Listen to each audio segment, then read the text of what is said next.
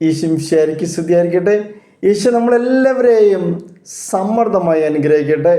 ഇന്ന ദിവസം നമുക്ക് സഭാപ്രസംഗത്തിൻ്റെ പുസ്തകത്തിലെ 7-ാം അധ്യായത്തിലെ 29-ാം തിരുവചനം വായിക്കാം. ഞാൻ കണ്ടത് ഇതാണ്, ദൈവം മനുഷ്യനെ സരളഹൃദയനായി സൃഷ്ടിച്ചു, എന്നാൽ അവൻ്റെ സങ്കീർണ പ്രശ്നങ്ങൾ അവൻ്റെ തന്നെ സൃഷ്ടിയാണ്. Praise the Lord. ഒരു 2-3 മാസം മുമ്പ് എൻ്റെ ഒരു കൂട്ടുകാരന്, ഒരു സുവിശേഷ പ്രവർത്തനമാണ് ആൾ, കാണാൻ സാധിച്ചു. അദ്ദേഹവുമായിട്ട് സംസാരിക്കുന്നതിനിടയിൽ അദ്ദേഹത്തിനുണ്ടായ ഒരു അനുഭവം അദ്ദേഹം എന്നോട് പങ്കുവച്ചു. അദ്ദേഹം സിംഗപ്പൂരിൽ പോകാനിടയായി. സിംഗപ്പൂർ വളരെ കർശനമായ നിയമങ്ങളുള്ള ഒരു രാജ്യമാണ് എന്നാണ് പറയപ്പെടുന്നത്. ഞാനിതുവരെ സിംഗപ്പൂർ പോയിട്ടില്ല, എനിക്കറിയത്തില്ല. റോഡിൽ കടലാസ് കഷ്ണങ്ങൾ ഇട്ടാൽ പോലും അതിന് വളരെ പിഴയടയ്ക്കേണ്ടി വരും.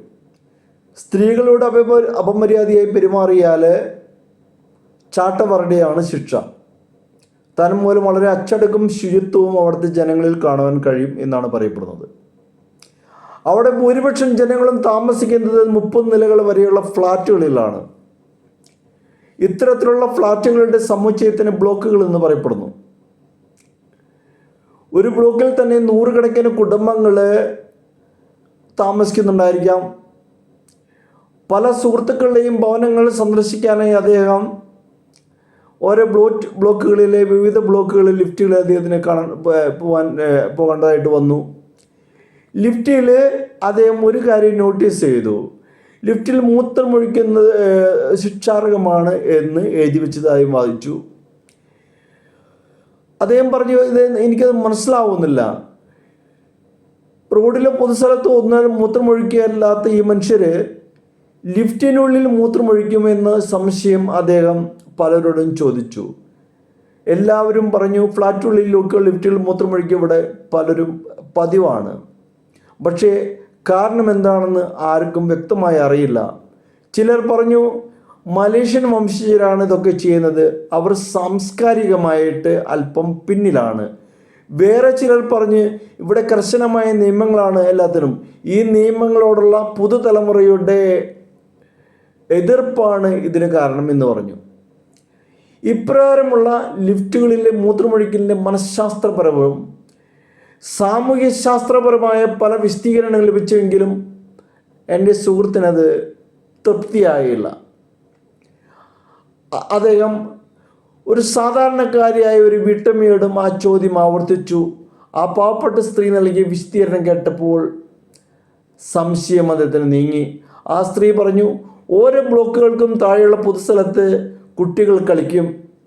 പക്ഷേ അവർക്ക് പെട്ടെന്ന് മൂത്രമൊഴിക്കണമെന്ന് തോന്നിയാൽ ഒരു സ്ഥലവും അവിടെ ഇല്ല.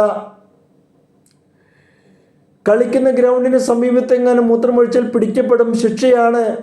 ശിക്ഷ വളരെ ഉറപ്പാണ്. അതിനാൽ മൂത്രമൊഴിക്കാൻ ലിഫ്റ്റിൽ കയറി അനേകം നിലകൾ മുകളിലേക്ക് തങ്ങളുടെ വീട്ടിലെത്താനുള്ള സമയം അവർക്കില്ല.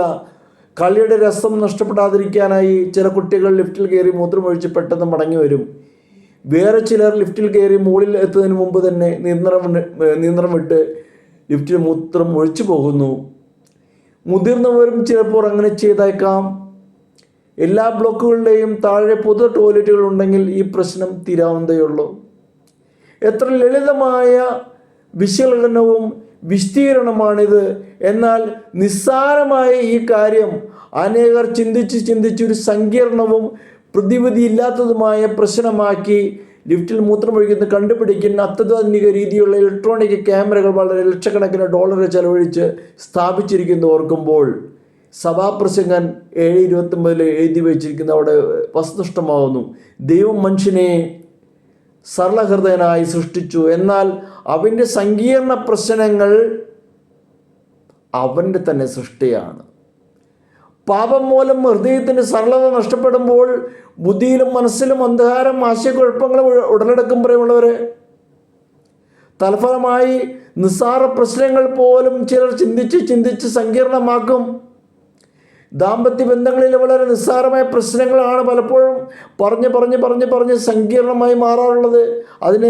അതിൻ്റെ കൂടെയുള്ള ചില ആൾക്കാർ പറയില്ലേ, തീയിലേക്ക് എണ്ണ കോരി ഒഴിക്കുക എന്ന് പറയില്ലേ, അതിനുള്ള ആളുകളുണ്ടായിരിക്കും.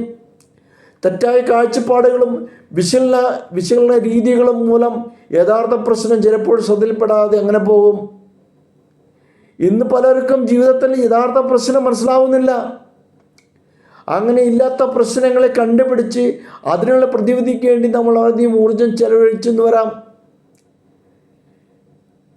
പ്രശ്നങ്ങളുണ്ടാകുമ്പോൾ അവയെ ദൈവം കാണുന്നത് എങ്ങനെയെന്ന് അന്വേഷിക്കാതെ നമ്മുടെ ബുദ്ധിയുടെയും യുക്തിയുടെയും കാഴ്ചപ്പാടുകളെ മാത്രം ആശ്രയിക്കുമ്പോൾ നമുക്ക് തെറ്റുപറ്റും.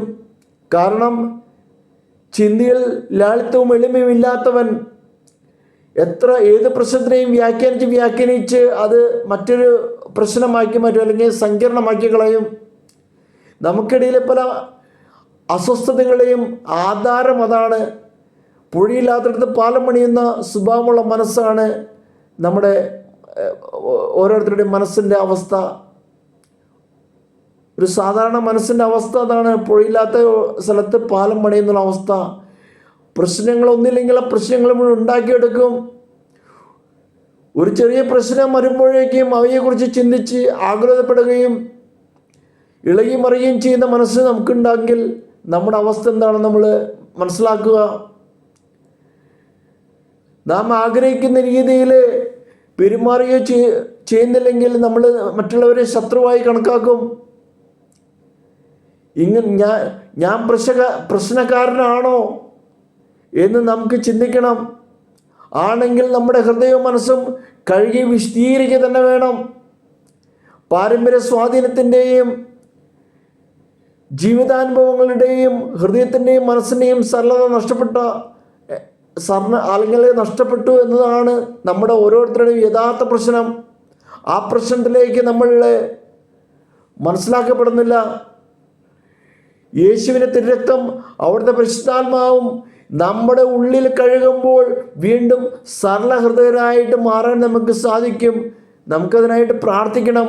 മറ്റൊന്നും നമുക്ക് ചെയ്യാൻ സാധിക്കത്തില്ല. ഈ ലോകത്തിലെ ഒരുപാട് പ്രശ്നങ്ങൾ നമ്മൾ തന്നെ ക്രിയേറ്റ് ചെയ്ത് അതിനെ സൊല്യൂഷൻ ഇല്ലാത്ത രീതിയിലേക്ക് നമ്മൾ കൊണ്ടെത്തിക്കപ്പെടുന്നു. ആ വലിയൊരു അവസ്ഥയിലേക്ക് മനുഷ്യ ജീവിതം മുന്നോട്ട് പോവുകയും ചെയ്യുന്നു. നമുക്കൊന്ന് പ്രാർത്ഥിക്കാം. കർത്താവായ യേശുവേ, ഞങ്ങളിൽ കടന്നു വരണമേ.